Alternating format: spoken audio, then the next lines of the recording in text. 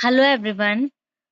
तो last time हमने अपना क्लास 12th बायोलॉजी के फर्स्ट चैप्टर का एक टॉपिक डिस्कस किया था, pre fertilisation structure and events. तो आज हम उससे नेक्स्ट टॉपिक जिसका नाम है stamen, microsporangium and pollen grain, उसको कंप्लीट करेंगे। अब देखो, पिछली क्लास में हमने देखा था कि जो स्टेमन है वो क्या है, फ्लावर का मेल पार्ट है। ओके, तो अब देखो, सबसे पहले हम स्टेमन का डायग्राम देखते हैं। हमने पढ़ा था कि स्टेमन के अंदर टू पार्ट्स होते हैं। जो स्टोक लाइक जो स्ट्रक्चर होता है उसको तो हम क्या बोलते हैं, फिलामेंट। और जो दूसरा स्ट्रक्चर मतलब जो ऊपर बायलोब जो स्ट्रक्चर होता है उसको हम बोलते हैं एंथर। ओके, अब देखो, अब फिलामेंट, ये फिलामेंट है। फिलामेंट का जो पार्ट एंथर के साथ कनेक्ट होता है उस एंड को हम बोलते हैं डिस्टल एंड। ओके, और फिलामेंट का जो पार्ट नीचे थैलेमस के साथ अटैच होता है। अब जो हमारा एंथर था, अगर हम उसको ट्रांसवर्स सेक्शन में कट कर देंगे तो उसका स्ट्रक्चर कैसा दिखेगा, अब हम वो देखते हैं। जब हम एंथर को कट करते हैं तो एंथर की 4 लेयर्स होती हैं। ठीक है, सबसे पहले outer layer epidermis, then second endothecium, third layer is middle layer, and last inner most layer is tapetum. Okay, अब देखो, अब जो एंथर है, एंथर के अंदर 4 माइक्रोस्पोरेंजियम प्रेजेंट होते हैं। ठीक है, 4 माइक्रोस्पोरेंजियम प्रेजेंट होते हैं, और माइक्रोस्पोरेंजियम के अंदर क्या होते हैं, स्पोरोजिनस टिश्यू, जिनको हम पोलन मदर सेल या फिर माइक्रोस्पोरेंजियम मदर सेल भी बोलते हैं। ठीक है, तो अगर कहीं पे स्पोरोजिनस टिश्यू की जगह पीएमसी या फिर एमएमसी लिखा हो तो उसमें कंफ्यूज मत होना। ठीक है, अब देखो, स्पोरोजिनस टिश्यू है उसकी प्लोइडी क्या होती है, 2n, मतलब ये कैसा होता है, डिप्लॉयड होता है। ठीक है, तो उसके बाद जब वो पोलन ग्रेन्स बनाता है तब वो हैप्लॉयड हो जाता है, वो हम आगे देखेंगे। ठीक है, सो हमने देखा कि स्टेमन के कितने पार्ट्स थे, 2 पार्ट्स। जो स्टोक लाइक जो स्ट्रक्चर है उसको हमने नाम दिया था फिलामेंट, और जो बायलोब्ड स्ट्रक्चर है उसको हमने नाम दिया था एंथर। ओके, अब देखो, एंथर क्या है, बायलोब्ड स्ट्रक्चर है, ईच लो हैविंग 2 थिका। अब ये लोब क्या है, देखो, हमने एंथर का ट्रांसवर्स सेक्शन देखा था, कुछ ऐसा था, है ना। तो अब देखो, एंथर के अंदर क्या है, 2 लोब्स हैं, एक तो लोब ये और एक लोब इस साइड वाला, 2 लोब हैं।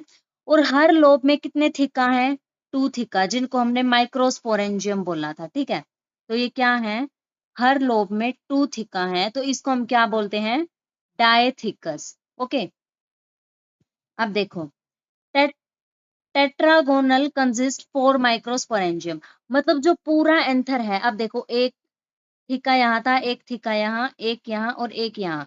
वैसे तो ये डायथिकस है, पर इसमें माइक्रोस्पोरेंजियम कितने हैं, 4 माइक्रोस्पोरेंजिया है ना, 1 2 3 एंड 4।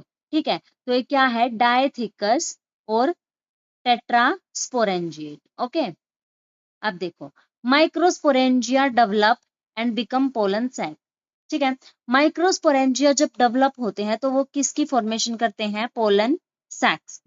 ठीक है, सो नेक्स्ट है स्ट्रक्चर ऑफ माइक्रोस्पोरेंजियम। ठीक है, हमने देखा कि जो माइक्रोस्पोरेंजियम था उसकी कितनी लेयर्स थी, 4 वॉल लेयर्स थी। कौन कौन सी, सबसे पहले जो आउटर मोस्ट लेयर थी उसका नाम था epidermis, then second endothecium, middle layer और टैपेटम। ठीक है, तो अब देखो, एपिडर्मिस, एंडोथेशियम और मिडल लेयर, इनका क्या फंक्शन है, ये प्रोटेक्शन प्रोवाइड करती हैं और एंथर के डीहेसेंस में हेल्प करती हैं। ठीक है, और जो टैपेटम है उसका फंक्शन क्या है, टैपेटम का फंक्शन है प्रोवाइड नरिशमेंट। ये नरिशमेंट प्रोवाइड करती हैं किसको, पोलन ग्रेन्स को। ओके, जो पोलन ग्रेन्स हैं उनको नरिशमेंट प्रोवाइड करने का काम कौन सी लेयर करती है, टैपेटम। ओके, माइक्रोस्पोरोजेनेसिस क्या है, formation of microspores from pollen mother cell. Through meiosis. अब देखो जो पीएमसी था उसकी प्लोइडी क्या थी, डिप्लॉयड, ठीक है। तो पोलन मदर सेल की हेल्प से जब हम माइक्रोस्पोर्स बनाते हैं मियोसिस से, तो उसको हम क्या बोलते हैं, माइक्रोस्पोरोजेनेसिस। अब देखो, अब ये हमारे पास एक पीएमसी है जिसकी प्लोइडी है 2n, ठीक है। इसके अंदर क्या हुई, मियोसिस 1 हुई, ठीक है। तो उसमें क्या हुआ, 2 सेल्स आ गई और उनकी प्लोइडी क्या हो गई, n।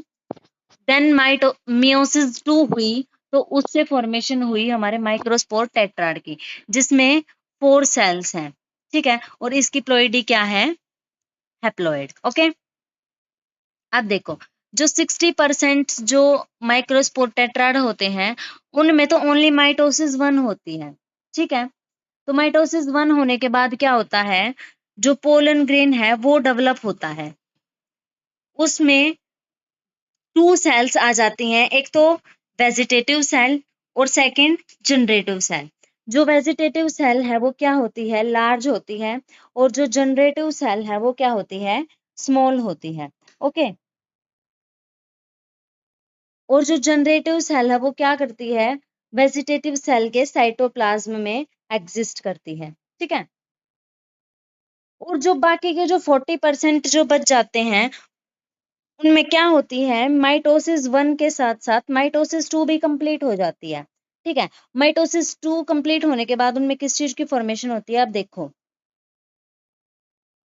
ये हमारा क्या है, पोलन ग्रेन, ठीक है। इसमें क्या है, ये 2 क्या है, मेल गैमेट्स, ठीक है। और जो जो आउटर मोस्ट लेयर होती है उसको हम बोलते हैं एक्साइन, ठीक है, एक्साइन। और जो इसके देखो एक्साइन जो है वो डिसकंटिन्यूअस एक लेयर होती है, ठीक है। और जो मतलब ये ऐसे दिख रही है ना, ऐसे मतलब ऐसे दिख रही है कि जैसे डॉटेड लाइन है, तो ऐसे इसके अंदर कुछ जर्म पोर्स प्रेजेंट होते हैं, ठीक है। और जो इनर मोस्ट लेयर होती है उसका नाम होता है इंटाइन, ओके। और 2 मेल गैमेट्स प्रेजेंट होते हैं इसमें और एक वैक्यूल, ओके। और इसको हम बोलते हैं 3 sailed stage of pollen grains, okay. देखो जो पोलन ग्रेन है वो क्या है, मेल गैमेटोफाइट। कभी भी अगर क्वेश्चन में ये हो कि मेल गैमेट कौन सा है, तो वो कभी भी पोलन ग्रेन नहीं होता, ओके। तो मेल गैमेटोफाइट कौन है, pollen grain. Pollen grain male gametophyte होता है, ओके। जो इसका डायमीटर होता है वो कितना होता है, 25 to 50 माइक्रोमीटर, ठीक है। अब देखो, अब हमने जो पोलन ग्रेन है उसके स्ट्रक्चर में हमने 2 लेयर्स पढ़ी थी, एक तो आउटर मोस्ट जो लेयर थी डिसकंटिन्यूअस एक्साइन, और जो इनर मोस्ट लेयर थी उसको हमने क्या नाम दिया था, इंटाइन, ओके। अब हम आउटर मोस्ट लेयर मतलब एक्साइन के बारे में पढ़ते हैं।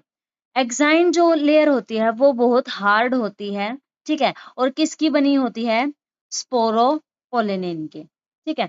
Most resistance organic matter non, मतलब ये जो लेयर होती है वो मोस्ट रेजिस्टेंस होती है, मतलब कोई भी मतलब कितना ही हाई टेम्परेचर हो, स्ट्रॉन्ग एसिड हो, या फिर एल्कली, या फिर कोई भी एंजाइम, ठीक है। कोई भी एंजाइम एसिड एल्कली इसको डिग्रेड नहीं कर सकता, मतलब इसको तोड़ नहीं सकता, ओके। इस लेयर के अंदर कुछ प्रोमिनेंट अपर्चर्स होते हैं जिनको हम बोलते हैं जर्म पोर्स, जहां पे स्पोरोपोलेनिन क्या होता है, एब्सेंट होता है, ओके। अब इनर जो लेयर है उसका नाम क्या था, इंटाइन। इंटाइन क्या है, वो थिन होती है। जो एक्साइन थी वो क्या है, थिक लेयर है, ठीक है। ये कॉन्टिन्यूअस लेयर है, मतलब इसमें कोई भी मतलब जो एक्साइन थी वो क्या थी, डिसकॉन्टिन्यूअस लेयर थी, उसके अंदर कुछ प्रोमिनेंट अपर्चर्स प्रेजेंट थे जिनको हमने नाम दिया था जर्म पोर्स, ओके। पर जो एंटाइन है वो क्या है, एक कॉन्टिन्यूअस लेयर है, ठीक है। और वो किसकी बनी होती है, सेल्यूलोज और पेक्टिन की, ओके। अब देखो जो पोलन ग्रेन है मैच्योर इनटू 2 सेल। जो पोलन ग्रेन है उसके अंदर मैंने बताई थी ना 2 सेल्स होती हैं, वेजिटेटिव सेल और जनरेटिव सेल। वेजिटेटिव सेल क्या है, बिगर है, उसके अंदर क्या है, abundant food reserve, irregularly shaped nucleus, ठीक है, वेजिटेटिव सेल के पास न्यूक्लियस भी होता है। जनरेटिव सेल क्या है, वो स्मॉल है, float in cytoplasm of vegetative cell, मतलब वो वेजिटेटिव सेल के साइटोप्लाज्म के अंदर एग्जिस्ट करती है, ठीक है। नेक्स्ट है पोलन एलर्जी। पोलन एलर्जी क्या होता है, pollen grain cause severe allergies and bronchiolar afflictions. अब देखो कुछ होते हैं ना, मतलब जैसे पोलन ग्रेन्स, उनको मतलब कुछ डिसऑर्डर्स हो जाते हैं पोलन ग्रेन्स की वजह से, जैसे अस्थमा हो गया, ब्रोंकिटिस वगैरह, मतलब जो सांस लेने की जो दिक्कत होती है ना वो हो जाती है, ठीक है। जैसे कि parthenium in India cause pollen allergy. Parthenium किसका साइंटिफिक नेम है, आपको वो बताना है, ठीक है। तो पार्थेनियम जो है वो किसका साइंटिफिक नेम है, कैरेट का, ओके। तो अब नेक्स्ट है हमारे पास पोलन प्रोडक्ट। पोलन प्रोडक्ट क्या होते हैं, उनके अंदर बहुत ज्यादा न्यूट्रिएंट्स प्रेजेंट होते हैं। Pollen increase performance of athlete and race horses, ठीक है। जो पोलन प्रोडक्ट्स होते हैं वो किस लिए यूज होते हैं, मतलब किसी एथलीट की या फिर रेस हॉर्सेस की क्या करने, परफॉर्मेंस इंक्रीज करने के लिए, मतलब उनमें एनर्जी ज्यादा आ जाती है, okay. Available in form of tablets and syrups, किस फॉर्म में अवेलेबल होते हैं, ये टैबलेट्स की फॉर्म में भी अवेलेबल होते हैं और सिरप्स की फॉर्म में भी अवेलेबल होते हैं, ओके। अब देखो पोलन विएबिलिटी क्या है, period by which pollen grain retains ability to germinate on landing on stigma, ठीक है।